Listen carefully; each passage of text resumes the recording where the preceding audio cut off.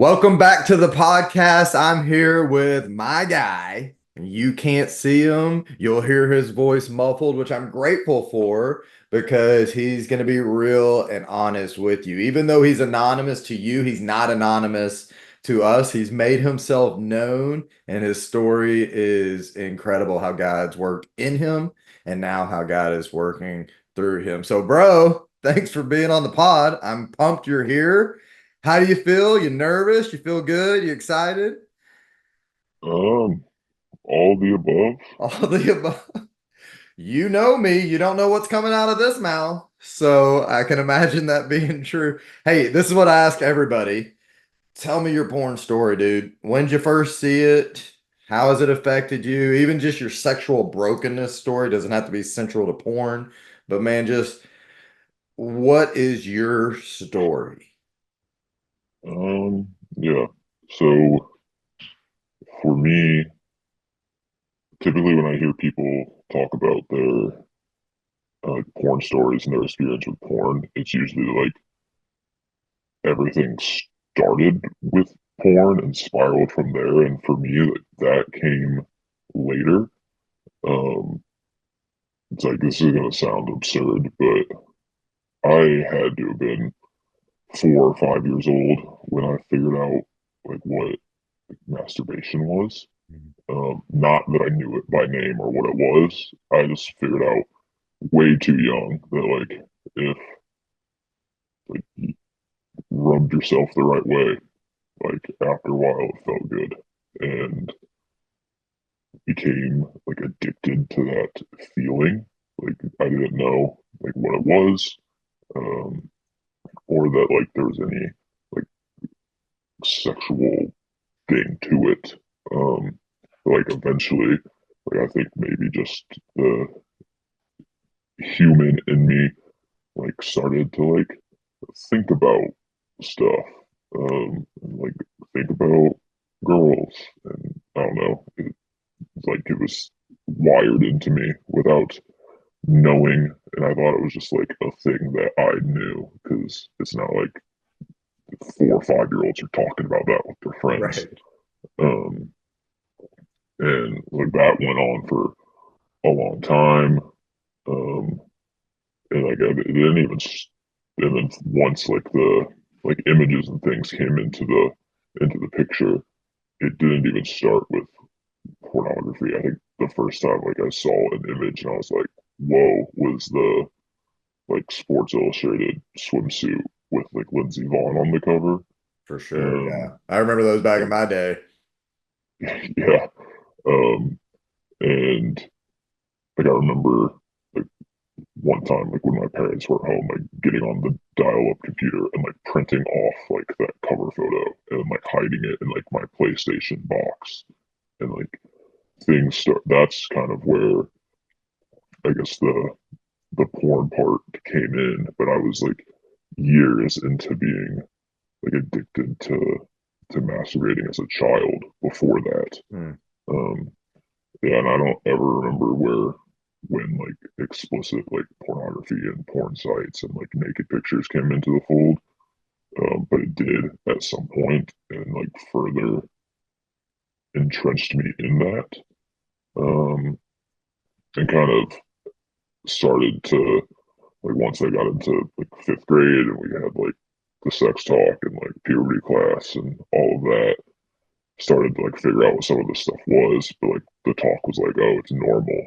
And there was like maybe the very negative connotation to pornography, that like it's something bad that you shouldn't do. But then like the talk around like the sexual release and masturbation was all like, oh yeah, that's like a normal thing that all teenage boys go through. So Right. it was like, Yeah. okay, dope. Like I'm no different than anyone else. I'm a step Just ahead. yeah, like I figured this out before you guys. Yeah. Yeah, and then like just progressed through middle school, through high school, into college, and I think like any guy that's ever like watched porn and masturbated, as soon as you're done with it, there's like something in your brain that knows you shouldn't be doing that. Like Yep. there's the post guilt. So clearly I knew something was wrong, even if I didn't explicitly know that there was something wrong. Um, and went through constant cycles of I'm going to stop this, I'm going to stop this, I'm going to stop this. And even in the times when I would go like a couple weeks or a couple months without pornography, the masturbation part was still the struggle because I think that's what I was more addicted to than anything else because it started first. Um, yeah, That's great, dude. I am pumped. You're not alone in that story. Uh, uh, Curiosity and exploration of masturbation at such a young age. I've heard that several times. It's not as normal, as guys discovering porn at 10, 11 years old, but you're not alone in that. So I appreciate you bringing that in because we got a lot of viewers that I guarantee are right in that same boat. And maybe some of them axe the porn habit, but they can't get away from the fantasy and masturbation habit, which is the last to go for most people. So tell me, when did you become a believer, and what did that look like for you? And then you're still experiencing this as a Christian. You still feel stuck in this area. Kind of walk us through what that looked like. I guess in one sense of it, I became a believer around the same time that I like, started jerking off. I was like 5 years old. Remember like asking my mom what it meant to like pray to receive Christ and like doing that and like I chose to be baptized when I was in third grade and it's like an Awana rock star, um, Sunday school, like going to church and like everything made sense. It was like, yeah, Jesus, he was God and he died for my sins and now like, I could be forgiven. Um, so like it was at the same time. So like coming up, it goes hand in hand. No pun intended. Ah, let's Um, go. I appreciate a good pun. um, but like didn't actually start. I guess feeling the Christian guilt, I guess, the whole time, but not necessarily knowing that what was happening was a sin or something wrong because you're hearing that it was normal. Sure. And it wasn't like I was out sleeping around or doing like explicit sexual acts with other people that I knew was a sin or knew was wrong. But I don't think I actually started like trying to walk with the Lord and live out being a Christian and let like the things that I thought true influence my life until probably started that like the back half of my senior year of high school. But I don't think I actually was like really like walking in obedience and surrendered until probably my second semester of my senior year of college. Right. So it was like a 4 year process of dying to my flesh and figuring out what a lot of things meant and being discipled and I guess trial and error of being a Christian. Yeah. You're being Yeah, sanctified. I mean, God is gracious to us and he grows us in our Christ likeness. And then at some point, man, it can become pretty painful mhm. if we're not doing our responsibility where it comes with the Holy Spirit because he loves us and he's good to us. And so that's very similar to my story, becoming a Christian in high school. But man, it wasn't until college where God just broke me. So that's good, man. So you're a Christian now in college, right? Mhm. Yet you're still in this addiction of pornography and masturbation. How is that? How are you relating those two? How is it going on in your brain? Something you're trying to keep to yourself? Or are you getting help? At that point, I definitely knew something was wrong, but like it wasn't something I wanted to talk about. I was like the only believer in my friend circles in college, at least my friend circles like at my university. Um, and like for them, like porn was like the least bad thing you could do because they were doing all kinds of stuff with like girls and things, and I Right. wasn't, so I Yeah. was seen as like the holy and good one. But even like didn't talk about porn with them. My sophomore year of college, went to a winter conference with the campus ministry, and they were talking about uh, like porn. And every winter conference has a sex night. It's inevitable. Um, A sex night meaning they're teaching on how to do it, correct? correct. Let's um, let's throw that clarification out in case somebody jumped in right then. um, and it wasn't like that was the first time that the conviction ever hit me. At that point, I'd been wrestling with it for a while, but it was the first time that I don't know, maybe I felt like the good shame or the peer pressure to like text somebody about it. Oh, cool. Um, like the guy that was discipling me, like every week we would meet up and we would go through some kind of scripture. And we like a while back we had one where we like came through, like we sat down and he started talking about like sex and pornography, and I was like, this is weird, and I was not giving him much, and he was like sharing his story and like kind of trying to probe, and I was like, we're not doing this.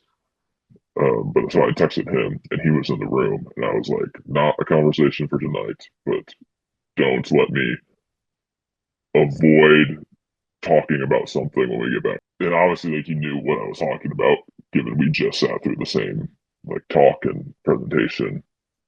So like, when we got back and sat down, he was like, "All right, what do you want to talk about?"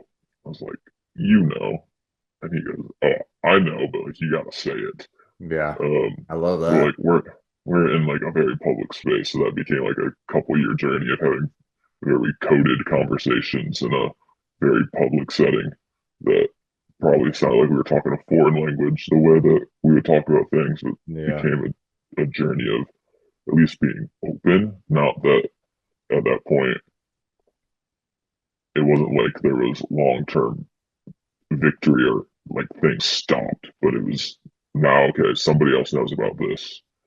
And it can be talked about. There is like some means of accountability that this is going to get brought up every time we meet now. Um, but there wasn't really any like, victory until like my junior year of college. Um, yeah, January 2020, like right after New Year's. One of my friends, he didn't go to school with me. We met at a ministry event and became pretty good friends. We went to a conference together, and he'd opened up about his own struggles, and he was like I want like a group, me and then another one of our friends who said he was in, ultimately wasn't in. So it was just me and this guy. Um, and he's like, I'm gonna buy this Covenant Eyes thing. I'm gonna put it on my phone. You can put it on yours if you want. Like I'll get your reports, you'll get my reports, and we can really like check in with each other and hold each other accountable. And I was like, bet. And at that point, I had a pretty like strict rules myself that if I was going to watch porn, I would only do it on a mobile device, like my laptop. That was sacred space for work and school. Mm. Um, so I only put it on my phone, and it was like immediately like the porn switch was off. I was out of it, not gonna watch it. Um, and started seeing some pretty like extended victory over pornography for the first time, but the masturbation issue was still there. And eventually it like relapsed and like started watch it a couple times on my laptop, and I was like, all right, nope, we're not doing this, and put Covenant Eyes on my laptop. And I don't remember, it was a while ago now, but like as soon as it was on my laptop, then I had no outlet, and um was like had porn completely out of my life. But like that even showed that once I got like porn out of my life, that took out I guess one um like avenue, but the issue was still there and it was just as bad. Like I very clearly didn't need the pornography to struggle with purity and like sexual sin. Um, because like the addiction was really the release and the masturbation, not necessarily the pornography. Yeah.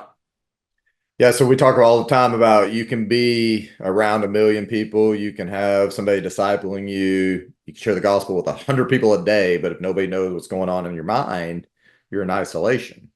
And that sounds like what you're experiencing because you're still experiencing fantasy and masturbation, right? So what did that look like for you to start seeing victory over that? Um, like would go through stretches where you like started with, all right, let's get a week. Would get a week, relapse. All right, now let's get 2 weeks, 2 weeks relapse. All right, now I gotta get 3 weeks. And it became a game of just trying to beat a number. Hmm, Um, and got to the point where I was idolizing the number more than I was like trying to like walk with the Lord and be obedient, right. and rid my life of sin. But like in that journey, like I had like stretches where I was like doing um, well, um, would go like a month or 2 months. I think the longest was ever 3 months without like masturbating or falling into sexual sin in that way. Um, but then like even in starting doing ministry full time, like that would still be an issue and be like 2 months relapse, 2 months relapse was a pretty regular cycle. Yeah. And it got to a point where it was like, where I was like, oh, I think I'm going to do this ministry thing very long term. And if I'm going to do that, like I can't be in that cycle anymore. Um, and I knew like some of the guys that I was friends with within the like other minister guys that I was friends with were in a group with you. And I'd Ew. heard them talking about it, and like I didn't know if any of them were actually doing well, but I was like, I mean, I've tried everything else, and I can't just pure manpower my way through this, like I did with like pornography. There wasn't like a quick thing I could like I couldn't just put my hands in cement blocks and live that way like I could with my technology with like Right. the Covenant eyes. Um, so That'd be cool if we were emailed seeing a bunch of guys walking around town with cement blocks. We'd be like, good job, bro. um, so emailed you and you emailed me back and you're like, call me. You're like, tell me everything. Did. We started doing this thing and I'd been a couple weeks free at that point since the last one. Because once I decided I was going to email you, it took me a couple weeks to do it. So I had a couple weeks, I guess, of living of purity, like the typical cycle. But like once I got in the group, and um, it wasn't even so much the content of the curriculum. Because hands up, I'm only like 50% through it. It was You the came in late. yeah, it's the it was more of like the check-ins and the community and knowing that my guys are going to be vulnerable. And if they were struggling, they were going to say it. If they relapsed, they were going to say it. And every night being aware of like my emotions and feelings throughout the day and the things that um, were going to trigger me, but also knowing that like if you relapse, you got to go tell like 8 guys that you did it. And there's a shame thing that maybe like that's not a way to win long term, but right now it's been like I haven't relapsed since joining the group. So I think it's at 201, 202 days, Let's plus the go. the Something to, 14 or whatever before I dude, joined the group. that is something to celebrate, man. That's amazing. Praise God, right? And well done. That is mortifying your sin and God's graciousness in your life and retraining your brain. You're renewing your mind to the glory of God. So praise God, bro. That is encouraging. Yeah, it's like there's been stretches in my life where I felt like, oh, like porn or like masturbation's not my biggest sin issue right now. But this is the most like prolonged period where it's like I can see other areas in my life where I might be living in sin. and like take action on those because I'm not Dude, blinded by one thing. isn't that amazing? Like, it's not that you're trying to be this self-righteous dude that's just walking around being holier than thou. It's when that's in your world, you are like what you said, you're blinded to these other, maybe they're smaller things, issues, but man, they're keeping you from walking more intimately with the Lord and more intimately with others. And now you can work on those and God can do some chiseling and working on them. So that's incredible. Let's go. So let me ask you this, bro. There's undoubtedly guys watching this who are struggling. They hate their sin. They want to quit. They can't. They probably don't realize they're addicted. That's the definition of addicted. You want to quit, but you can't. You know the consequences, yet you choose to partake anyway. That's the definition of an addiction. What would you say to them who are going, man, I can't tell anybody this stuff, or I'm too deep. I don't think there's real hope. Um, and the cliche answer is you're going like when you do finally tell someone, they're gonna look at you and be like, "Oh, dude, me too." And it's cliche for a reason because in almost every scenario, it's true. Um, if you're a believer and you're going to go confess this to another believer, like they're not going to look at you and say, "You're a freak, get out of my face." Like Yeah. it's going to be true for them. If it's not true for them then it probably was at some point. Very rarely are you going to find the person that never once struggled with anything in this world. So it starts with just like being open about it. And it's like my friend was the one who was open about it first to me, where I could say, "Oh, dude, me too. Let's do this." Yeah. Like I still get his Covenant Eyes reports today. Like I got one this morning. Um, All green. all green this morning. Um, so it starts with that. But then it's more than just saying it and then being like you guys are aware of each other. Then it's like walking hand in hand, step in step with each other, like taking this on and not just being open and vulnerable once, but being open and vulnerable Yeah. every single day. One of the like a pastor here always says like vulnerability breaks shame. The Okay. thing that like keeps us in the dark is we don't want to tell anybody about like the freaky stuff we were watching or the freaky stuff we were doing. But like we were all doing it at one point. Whether you did it last night or you did it 214 days ago, like at one point you were there. So being willing to share that with one or more people, like our group's like eight, um, and yeah, just continuing to walk with each other through it and encourage each other through it. Because then you start to learn the things that like trigger you, like what puts you in the, I guess what we call the danger zone. Like Right. when, and once you know that, you know like what to do when you're there. Like call your friend, or leave that situation. Um, Yeah. You so guys have been given a game plan and you know exactly what to do, and you either do it or you don't do it. And it's as simple as that. And when you do it, there's success every single time. And you're kind of unique because you came in on an existing group. I think you knew one guy. I'd say you guys are pretty good boys now, right? All of y'all. Like, would you? yeah, like even the two, like I knew all of them. I was like really good friends with one and like decent friends with another.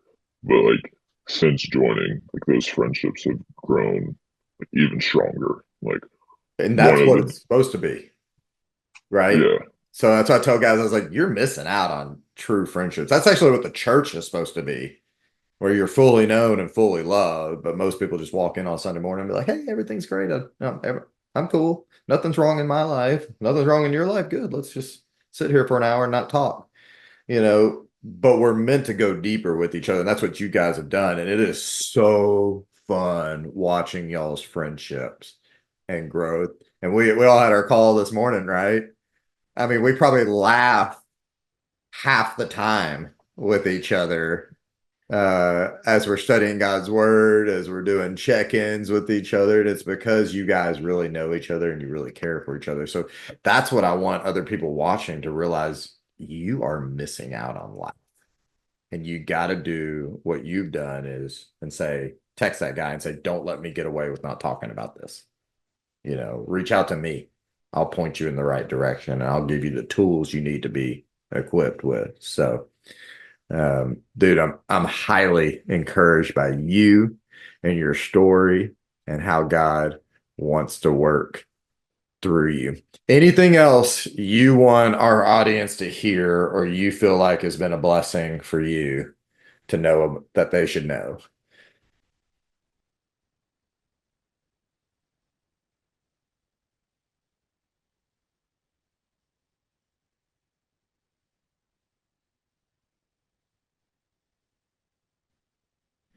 You can't see him, but he is in deep introspection, thinking of all these wonderful and glorious things. I trust David's editing ability to cut out the dead space. Yeah, it Um, can. uh, I think it's just really hammering home the point that you are not alone in this. Like somebody shares the same story, and it's probably almost to a T. And you just don't know it. And it's probably the person that you're sitting across the coffee shop from every Thursday morning, the Totally. guy who's discipling you, or the dude that's on your team, or the dude that sits next to you in freshman seminar, or the kid that sits next to you in like your calc class. Whether you're a believer or non-believer, we're all struggling with the same exact thing. And once you're living in a Christian community, you're in an even more unique situation where you're all struggling with the same thing, but you all have the same common denominator that's going to help you get out of this and experience victory and life to Yeah. the fullest. Like Jesus says he came to give life and not just give life, but give life abundantly. And we have access to that, but it requires all of us being in community together to experience it. Dude, I'm so glad you said that because Satan's biggest victory is not that he's got a generation or two hooked on pornography and masturbation. It's that he's got a generation or two believing they're the only one. And what you just said is so true. Just go out and share and invite people along on your journey. In fact, I use this as an evangelism tool to non-believers. I mean, the irony of me walking up to a non-believer and be like, hey, dude, I know you're struggling with porn. I can get you free. Let me know.